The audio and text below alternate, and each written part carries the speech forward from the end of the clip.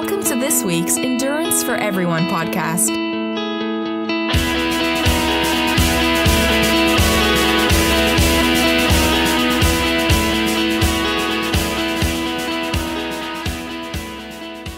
The following program is for entertainment purposes only. Though the hosts of this show are certified Ironman coaches, their attempts at long-course triathlons and endurance events should not be taken as an endorsement for you to do something stupid too.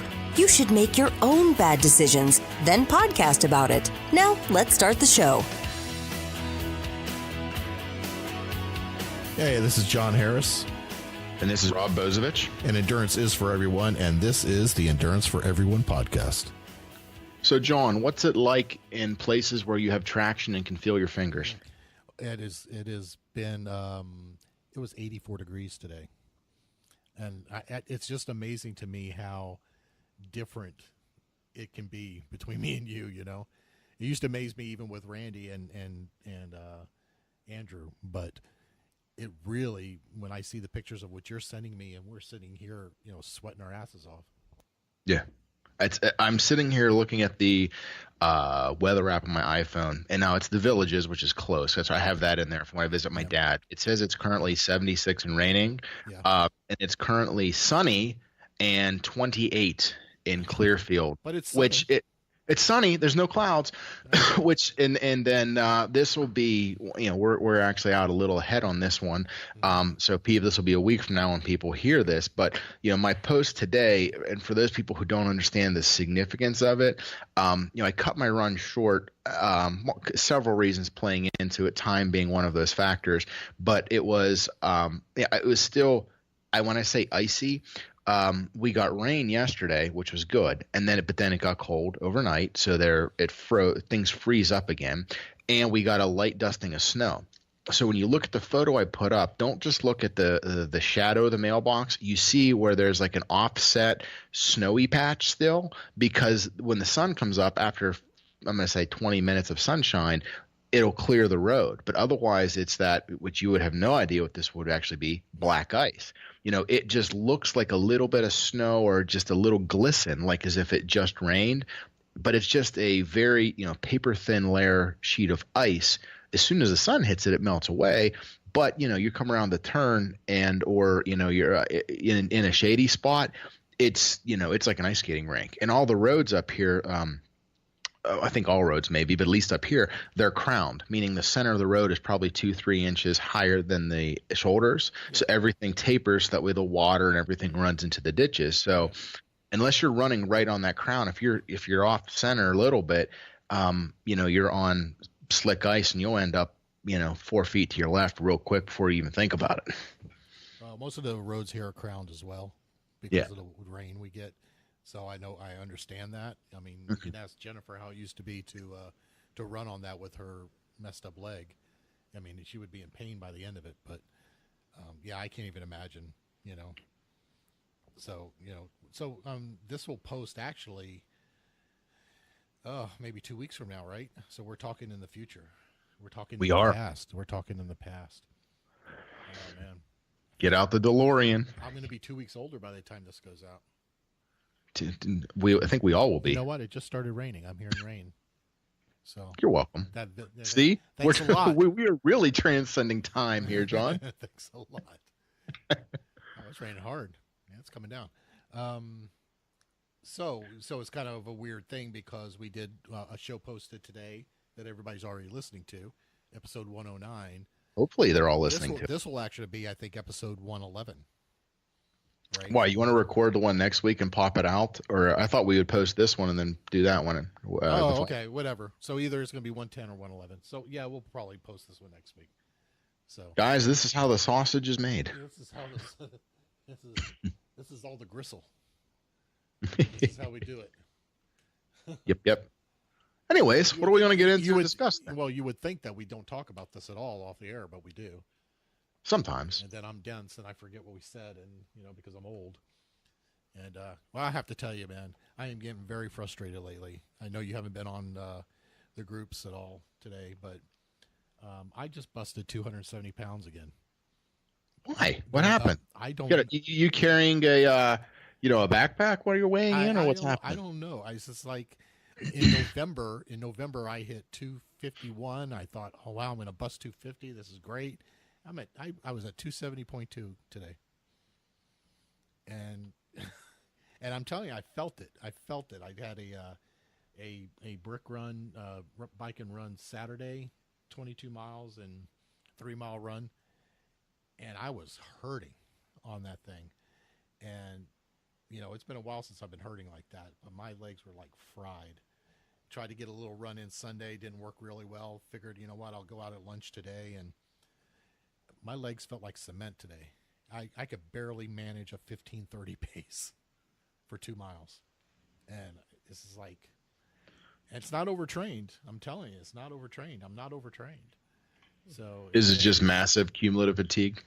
Yeah, you know what? I think it's just fatigue and just stress build up, and kind of, a personal issue I had going on kind of finally got resolved last week, and so it's, I think it's just maybe just like a kind of a build up, and then just like woof, and maybe it's just going to be a matter of a few days, getting going again.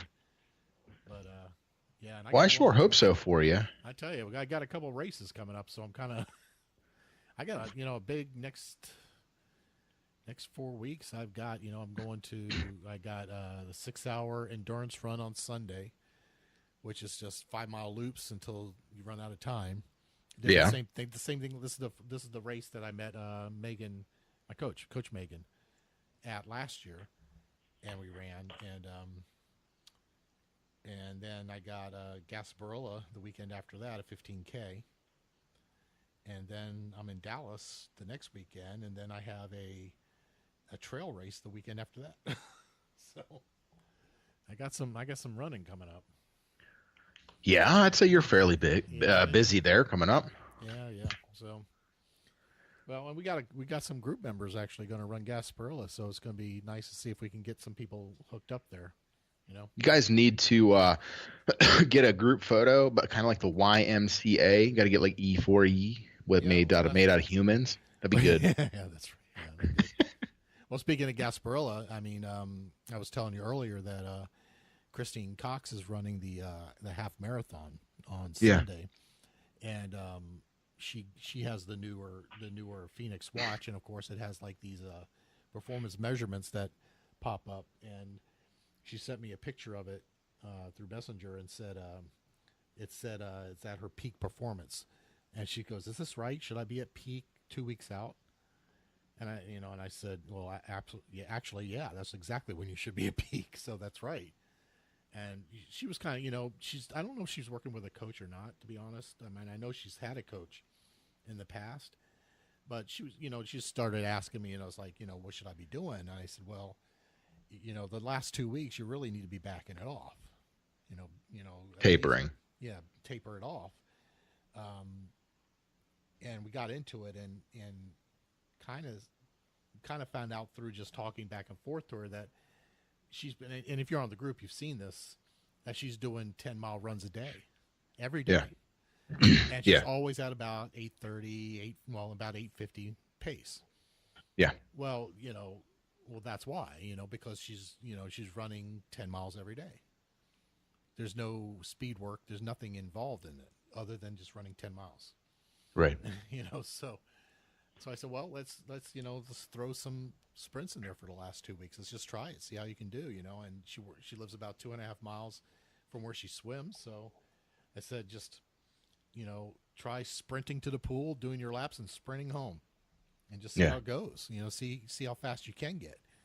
And she did it today the first time and posted it in the group. So if you're in the group, you've seen it. But it was in the 750 range. Yeah. So she can do it. I think it's just a different, and we can talk about this a little bit. I think it's just the mindset. The show that posted today, you got into it a little bit about it. It's the mindset that you have to back off in order to get faster.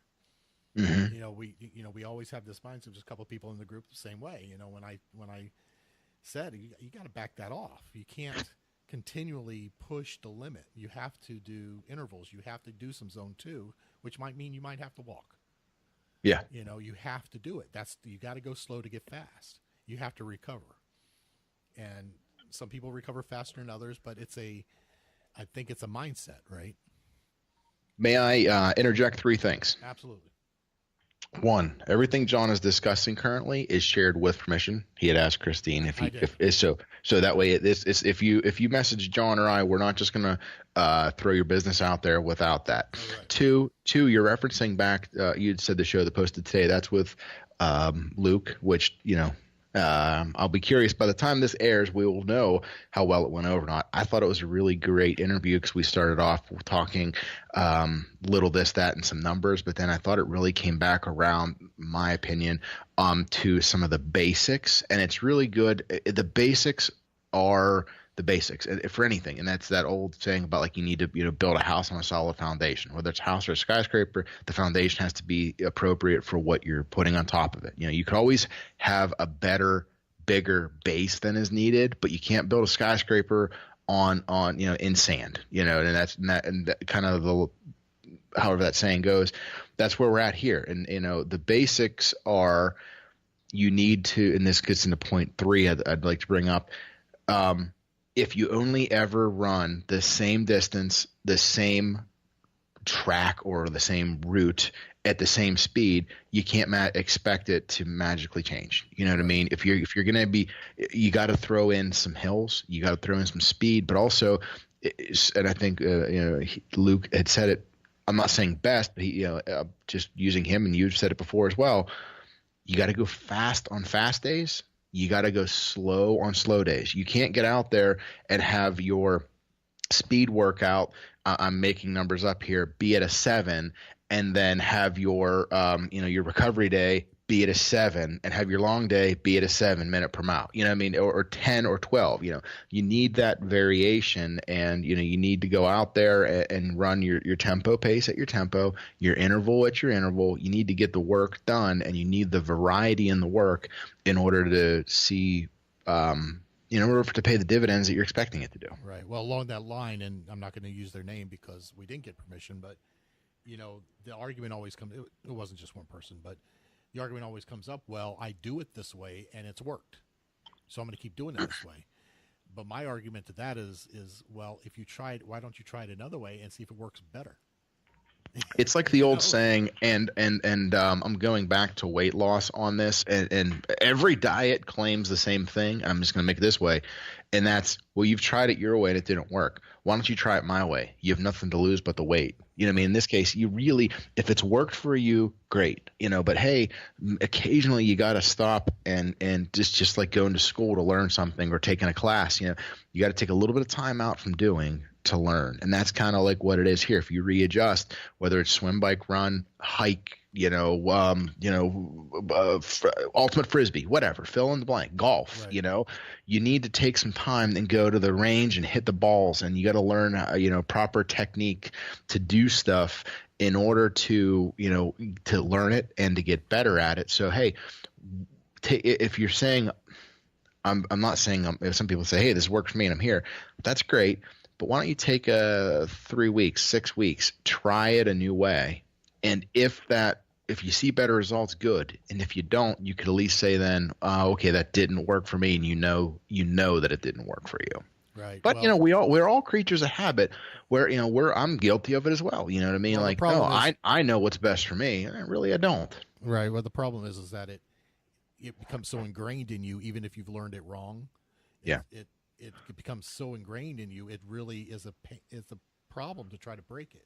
We see that a lot in swimming, especially when people are trying new.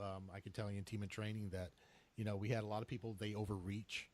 They're reaching out as far as they can because that's how they learned when they learned to swim in high school. Yeah. And to learn to come in short and power through the back is hard. And Coach PJ, she says, her saying is always, if it feels wrong, you're doing it right. Because it's going to feel wrong to you because you don't do it that way. That's not how you were taught.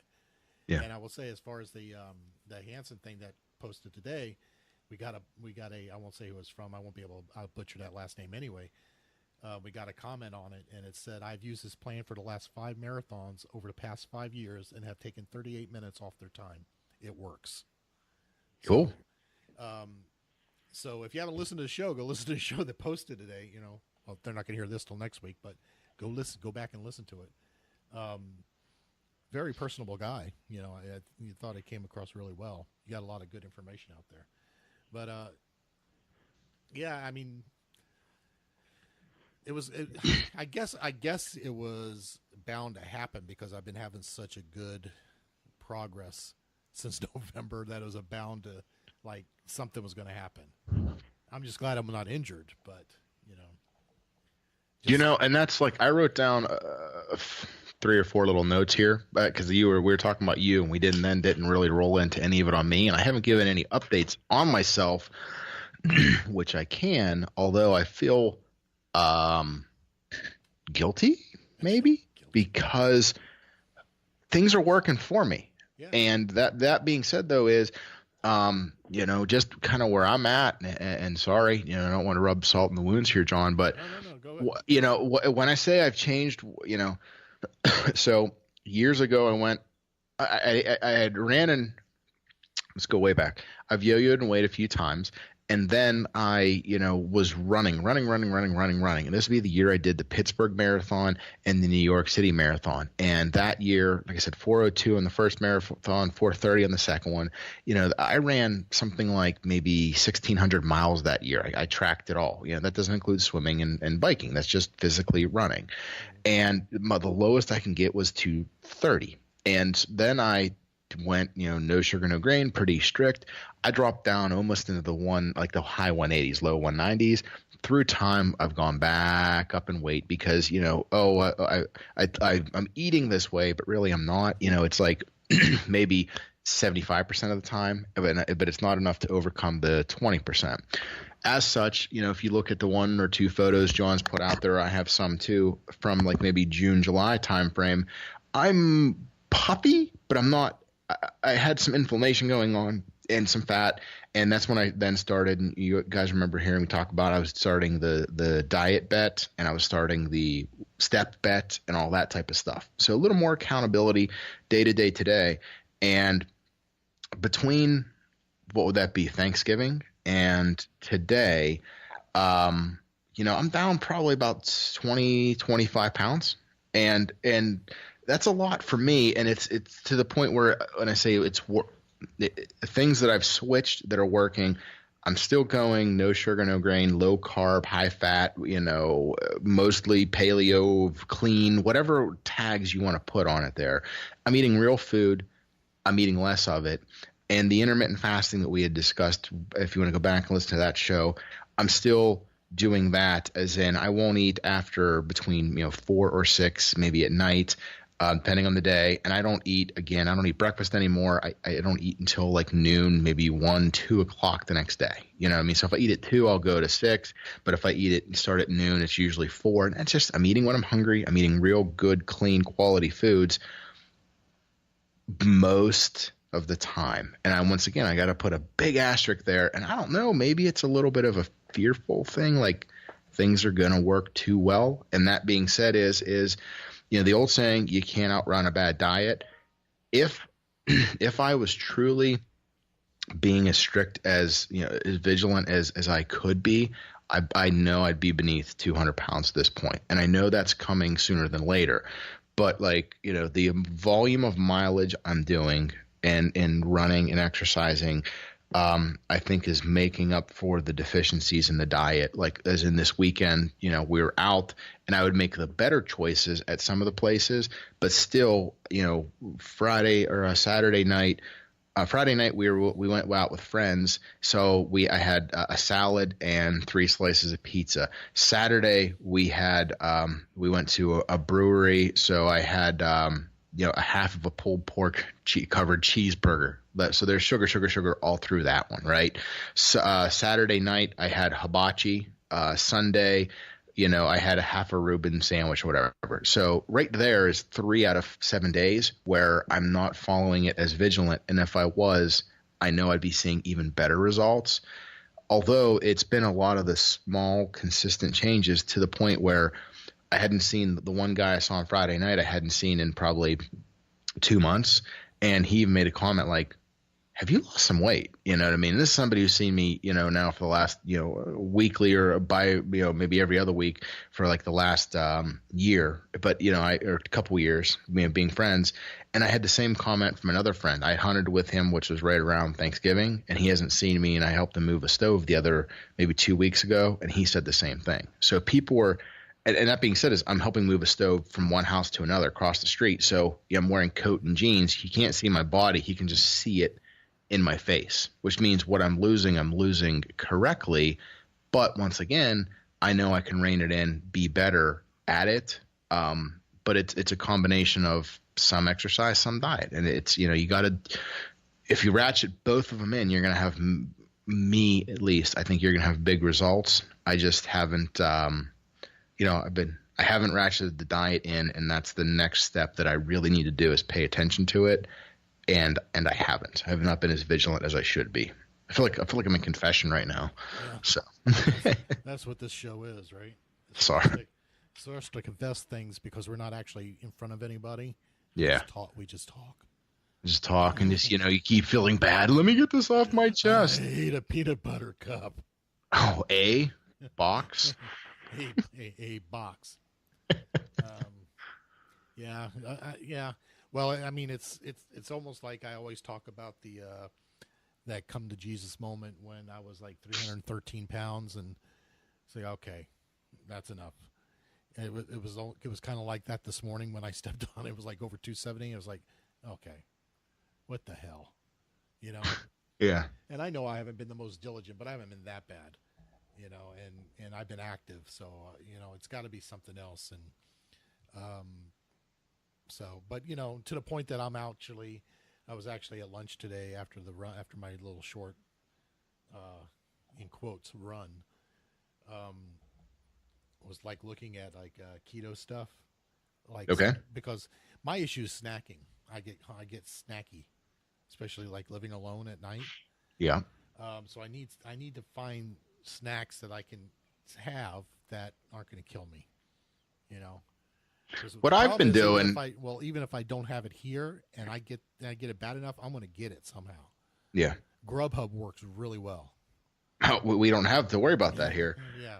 What I've done and in the past, and what I guess I got to start getting back to, because I did this maybe 2-3 months ago, I should say, when I was just first starting this. Okay, in order to kill my sweet tooth, I tried maybe I'll do the berries, or I'll do that. I'll have those little substitutes.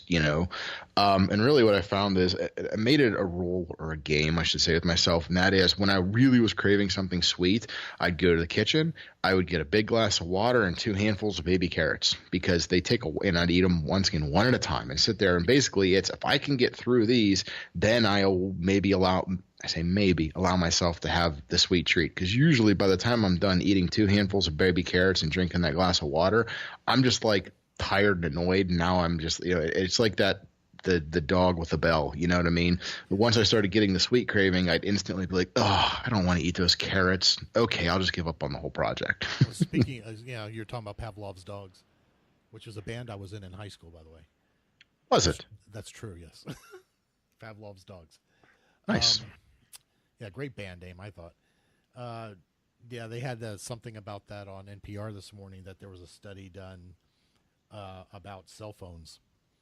And the whole thing, if you don't know about Pavlov, the whole thing, it wasn't really a bell. It was like a buzzer. Mm-hmm. And he would hit a buzzer, and then he'd give the dog a tasty treat. Yeah. Right. And it got to the point that just hitting the buzzer, the dog would start salivating. Yep. So he was finding pleasure in just hearing the buzzer. Yeah. Well, the study is showing that the same thing is happening with people's emails and text messages. That when they hear the ding of a text message, it's like the pleasure centers of their brain kick in. Yeah. So we've been conditioned now. It's very Pavlovian. That we as a society, that iPhones, Apple and Samsung and all these, and LG and all these companies have done it to us. They've got us hooked to our phones. Yeah. Because now it's a pleasure thing.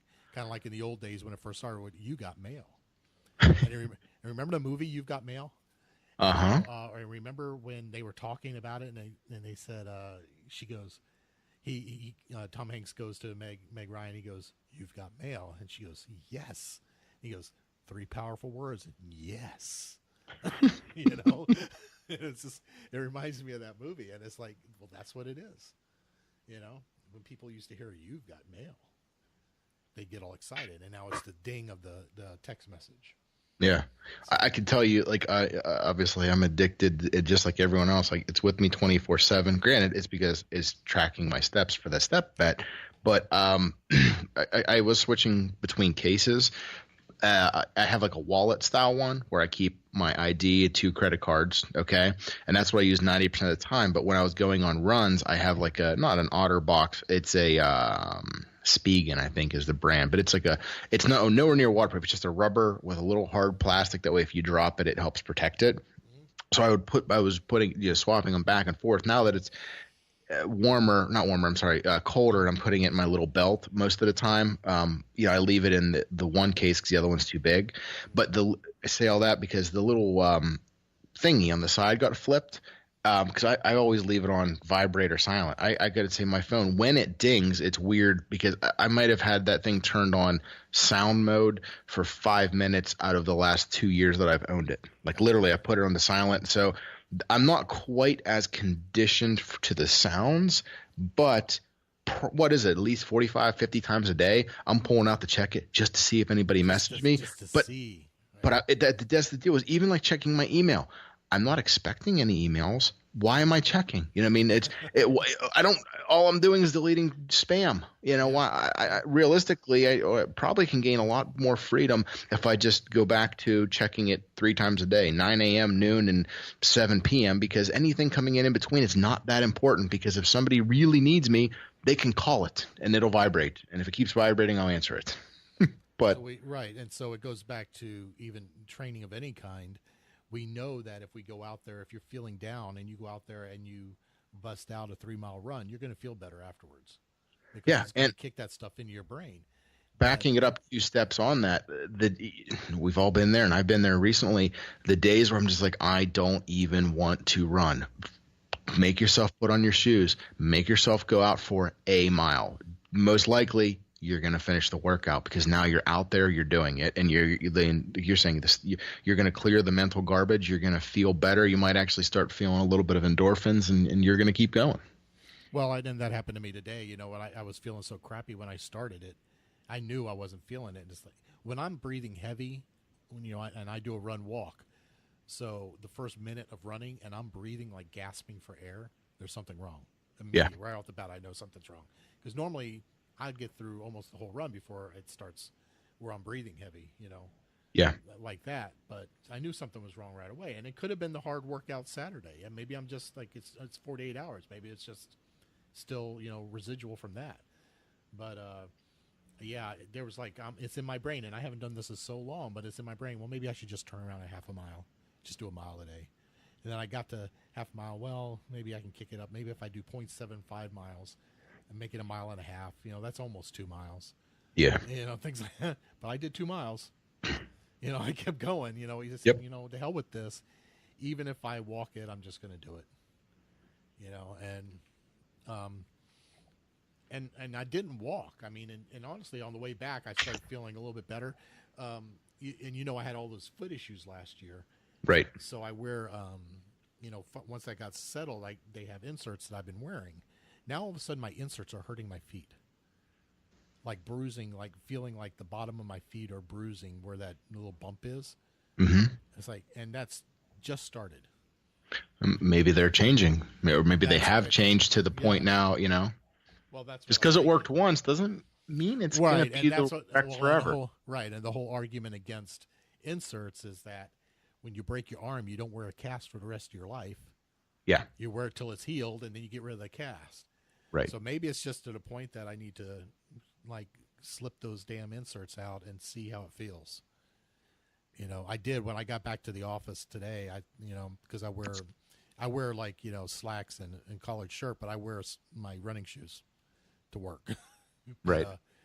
I kicked those shoes off and I took the inserts out and didn't wear them the rest of the day, and my feet felt great.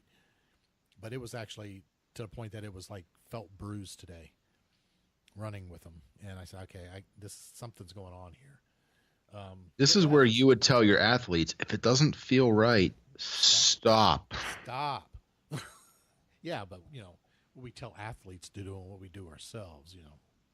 You know that. Yes, sir.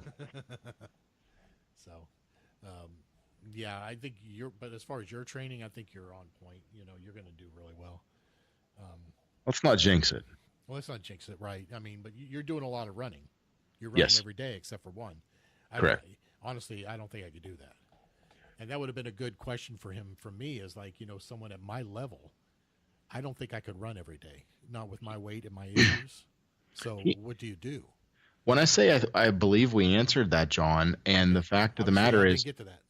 You didn't listen to the whole thing? I didn't listen to the whole thing, no. Not yet. John, I'm very saddened by this. I told you when I said I picked parts of it. I was like listening to it. So. Part of what we go through, and not recapping the whole thing, is they have two things. They have the just finish plan, which case they remove the SOS, something of substance, meaning they remove the speed and they remove the tempos. Okay, and they go more towards just the running. This basically time and distance. Run X amount of miles or at X amount of pace. Okay. Right. Secondarily is when you look at the plan, whether it's the beginning or the advanced, okay, there's 3 plans in the book and or online. They have everything from like a 2-something finish time, which I don't have it here in front of me now, all the way up to like a 5-hour finish time. And you could, even if you were going to have a 6 or a 7-hour marathon, you can get those paces and plug them in. The biggest thing that he says, that we say, that it goes over and over and over again, and that's what we just covered 5 minutes ago, 10, 20 minutes ago, maybe, I don't know, in this show, was you got your fast days, you got your slow days. And he says, hey, just because you're running, doesn't mean you're not recovering. But once again, you need to do it correctly. If it's a 3-mile or a 6-mile or whatever distance is prescribed recovery run, you have to do it. If your tempo run is a 10-minute mile, this would have to be done at a 14 or a 15. I'm just trying to put the bigger numbers on it. You know what I mean? I forget what he had said, but that, the same deal is if your marathon pace is going to be a 13-minute mile, then your recovery day might be a 19. You just need to make sure that whatever is appropriate. So once again, it comes down to the number of days. You might just have to go out for a walk. And you know what I mean? He's not necessarily saying zone 2. He was saying that you go out and keep it. They did the charts. If this is this, then this is that. You would need to figure out what those are, and it comes down to consistency. And that's where I feel that I'm getting most of these benefits now is I'm far enough in that it's the consistency. And I'm going to go back to Kristine, how you told her to mix it up. You still have her doing. She was doing 10 miles a day every day at the same pace, and she wasn't seeing any difference. So you're still having her do 7 days, or telling her to keep up 7 days of consistency. But this day, go fast, swim, go fast, and on this day, go do your longer, slower run. You know what I mean? So it's still multiple days of working out. Not everybody out there needs 7 days of working out or 6 days. But hey, if you're currently doing 0 days, maybe try getting out there for 3 days and then maybe do that for a month, then make it 4 days, then make it 5 days, But it's the fact is you can't do 3 days this week, 4 days next week, 7 days the following week. You will injure yourself if you try that. But if you build up the consistency, it might take 6, 8, 10 weeks, but once you have that consistency, then you're going to be good to go if you're doing the prescribed workout at the prescribed pace. Yeah, and I'm looking at the Just Finish program in the book. Yeah, just because I wanted to see it. I'd looked at it before, and you're right. It's like weekly totals of 12, 16, 21, 20, 24, 34. Long run doesn't really hit until we got a 15-mile long run at week 9. But the longest run is 16, and that's normal for this program. Yeah, that's how they roll, which is something I totally agree with. Yeah. But they took out all of the tempos and the speeds. Mm-hmm. Yeah, those are out of there. So really, you're running like week 1 is 2 miles, 3 miles, 3 miles, 4 miles. So it's 3 rest days, 4 run days. Yeah, which moves up. Yeah, that's kind of doable. Yeah. You are not going to jump in today where I am 6 weeks in. But then again, I couldn't do this 6 weeks ago. Right, but yeah, and we knew when we were looking at, when we talked about this at the beginning, and you said I want to do Hanson's, and I started building that program. I said, well, I looked at what your paces were. I said, okay, well, I think you can do this level, And remember, I think we talked about that. If you can't, then we'll back it off. Correct. I think you can. Right. Yep. So it's kind of like I told Kristine is that, I know you're running at 8:53. You have a goal of a 150. So I said, see, now we just had a snafu. So now I have no idea where I was. But we were talking. You were telling about, Kristine. Yeah, I was telling Kristine. See, we had that plan so well that we were just going to do it seamlessly, and I screwed it up. But God, where's my train of thought? We were talking about her speed, right? And she has a goal. And she has a goal of 150, a 150 half marathon. Her personal best, I think, is a 153. So at a 150, you're running at about an 8:23 pace average. Her long runs have been, I think the fastest was in the 8:50 range. So she's got to knock off, 27 seconds. That seems like a lot, but you saw in the 2 sprints today, she can do it. She can run that fast. Now you're saying, yeah, but that was only 2.5 miles one way, 2.5 miles the other way. But if you put that together, I'm thinking if she ran straight 5 miles, she could probably do it. So that's half the race. Yeah. Things like that. So, you start, and that's what I was telling her. I said, well, you basically did half the race at that level. So now it's just to get into your head, oh, I can do this. And she was saying, she actually messaged me while we were recording that said, thank you for breaking me out of my, well, how did she call it? Because, you start doing the same thing over and over and over again. Breaking me out Getting her out of the rut. Yeah, you really broke me out of my rut. Thanks. And yeah, sometimes you got to get out of that. So, even if you like running, you don't want to run 10 miles a day every day. Is going to get old after a while. Yeah. You got to do something different. That's what draws runners to triathlons or ultra running and things like that. You got to do something different. But yes. I have no doubt that she's going to be able to do that. She's a tough cookie. And she's stubborn. So I will say it this way. I've gone faster than that. I definitely believe she can because I think she's a tougher, better runner than I am. Mm-hmm. So just knowing that I've done it, I have full faith that she will. She weighs like 70 pounds. No, that's a joke. She weighs. We don't discuss women's weights. I'm talking about she's such a little thing, She's she just flits across the ground, but she's got some strength to her. So I have no doubt that she can do it. And I'm glad I was able to provide just like an outside eye. I say it to her. I don't know. I told her, I hope this is okay with her, but I don't know who her coach is, but I can't believe that she's been running this long and he hasn't had her doing speed stuff. To break. She might be self-coached. I don't know if she has a coach or not. I've never had that conversation with her. She talks about a coach, but I don't know if he's like an active coach. You know what I mean? Yeah. It might, maybe as someone she knows it's a coach. I don't talk to her that much either. Not as much as I used to, but so, who knows? I think she's going to do well. So I think you're going to do well. I think, I think everybody's going to do well, man. I think the it's guy, all fine and gravy, man. Well, I think the guy that I'm coaching for, the cycling in Ironman Dublin, which go to speed. If anybody out there is willing, he's doing the relay. So he's got a runner and he's doing the bike in Dublin, Ireland. He needs a swimmer. So if anybody, when's Ironman Dublin? And does anybody want to cover my airfare? I will go do it. You know what? You may want to talk to him about it. He might be Dawn, open to that. That's a recipe for divorce right there. Hey, sweetie, guess what? Yeah, I'm gonna go swim for an hour.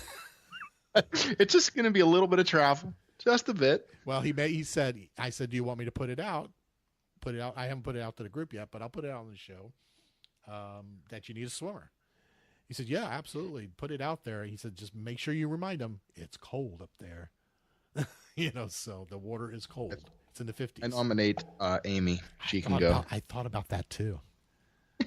We should get a Kickstarter going and get her out there. I thought about that. If I had any gumption to know how to use technology, I would try to make that happen. But maybe somebody will get that together. Yeah. So I'm putting it out there. If you're interested in that, I mean, we have some listeners from over there. So if you're interested in doing that, let me know, and then I'll get you in touch with him and see where it goes from there. But he's a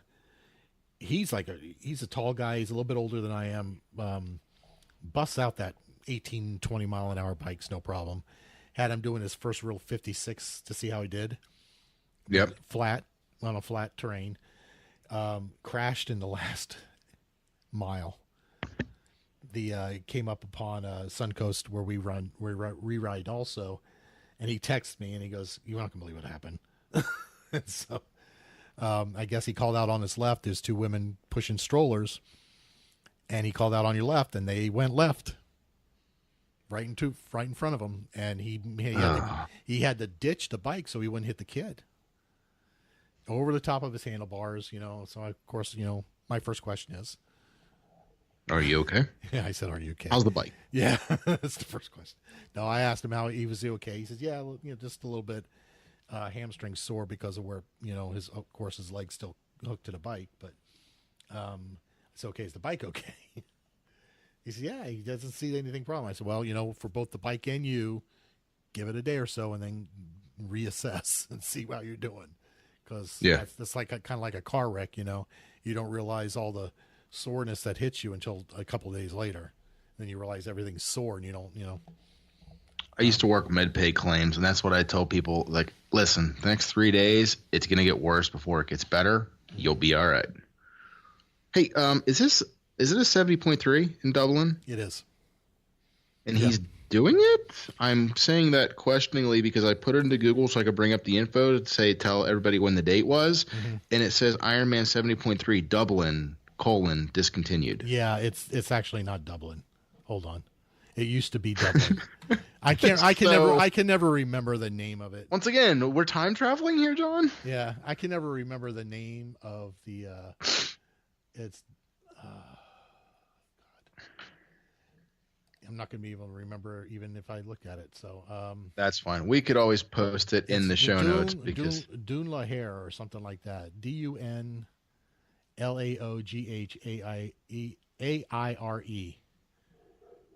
Got it. It is August 19th. Got it. It's the same weekend as USAT Nationals out in Cleveland. So here's the description. It says, swim in the Irish Sea, cycle through the Wicklow Mountains National Park, and sprint to the finish in historic Dunlahair. I don't know I hope that's how you say it. Dunlahair. Clear waters of the Irish Sea in Dublin Bay before taking athletes on a spectacular and challenging 56-mile bike course. Course travels through some of the most scenic areas in the region, including County Wicklow, home to the Wicklow Mountains National Park, and glacial lakes, rivers, and abundant natural beauty. Athletes will take in the stunning coastal views and weave their way through the streets of the charming seaside town for the 13.1-mile run before finishing with Dunlahair Harbor and Dublin Bay as the backdrop. So they just changed the location. Has 50 qualifying slots for Ironman 70.3 World Championship in Nice, France. Oh, that's not nice? Oh, I thought it was a nice place in France. Yeah, I've been to Nice, France. It is a nice place. Did you get off the boat, John? But it is France. I got off the ship. I don't know what the boat is. What are you talking about, the boat? Ship. Sorry, John. I'm not a Navy man. It's the easy way to remember this. This is how I have to tell everybody. Boats fit on ships. This is my rifle. This is my gun. That's the Marines. Anyways, we diverged a little bit there. Back on track, John. Back on track. What else I got here? Oh, I have to recertify. Did I tell you that? You did not.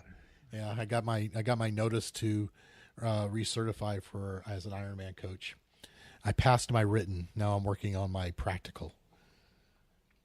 Are you practical about anything, John? No.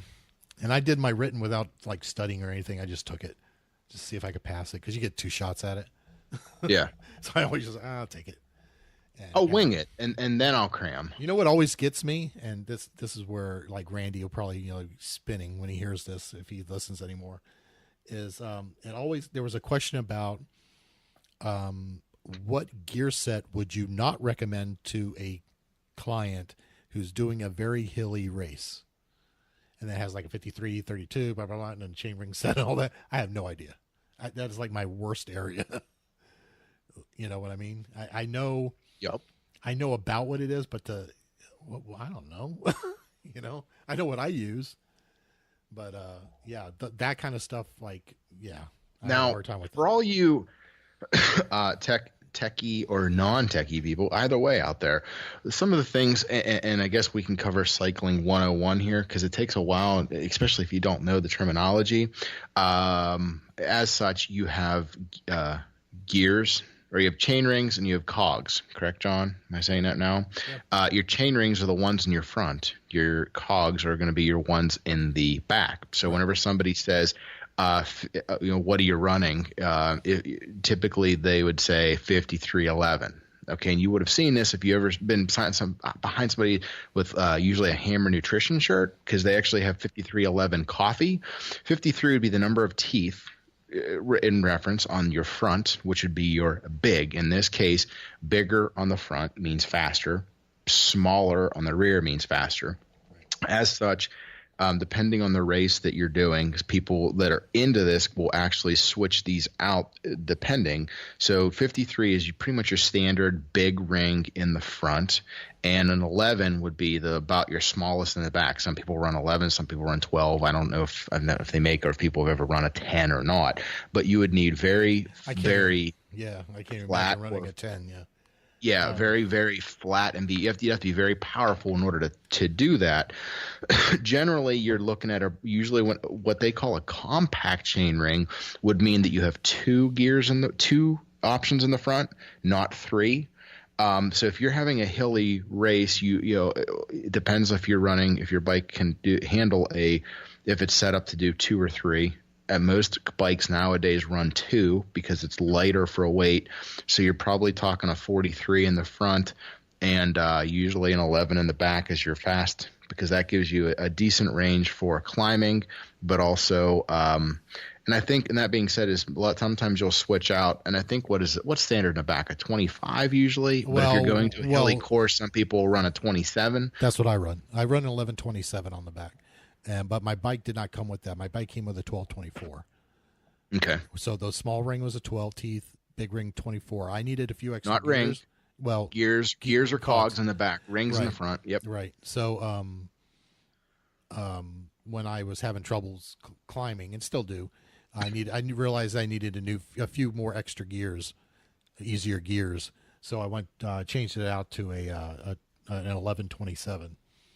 Mm-hmm. And went to a compact. Now, compact is also the length of the crank too. The actual where your pedals are.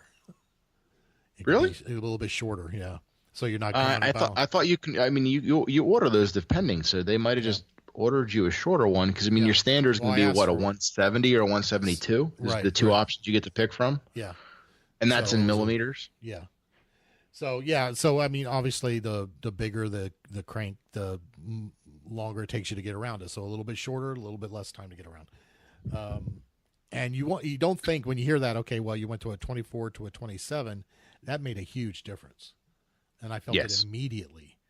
So, I mean, if you're trying to run in the easy gear up front, and the 27 on the back, you're going to be spinning like mad. You're not going to be able to do it.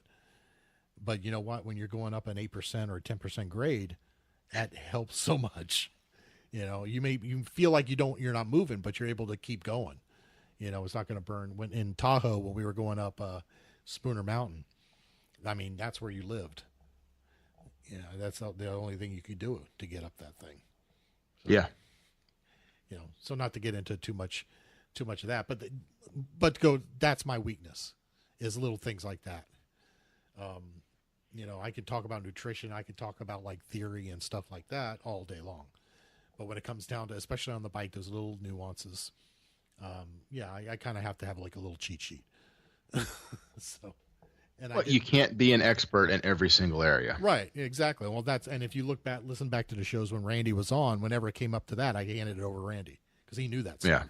Yeah. He knew that stuff like the back of his hand. And like you do too, because you're building your own bikes and stuff. So you kind of know that a little bit better. I yes and no. So I didn't completely know that stuff until I started getting into, and you're saying building my own bikes. I rebuilt one for myself and I rebuilt one for my friend. But the problem, and this, when I say problem, not necessarily. So I redid an old Fuji steel frame. So I was stretching, that was what's called cold setting. You basically bend the back end, then you have to rebend it to make sure that your dropouts are straight, etc. In order to accommodate a newer cassette, because I was going up to a 10 speed. When I redid my friend's, it was an aluminum frame. You don't ever, anyone out there listening, if your aluminum bends, you're throwing it away. You don't bend and rebend aluminum like you can steel. As such, we were stuck with when I say his maximum. So his bike came with an option of a 6.7, maybe 6.7 or maybe an 8 speed. I forget now.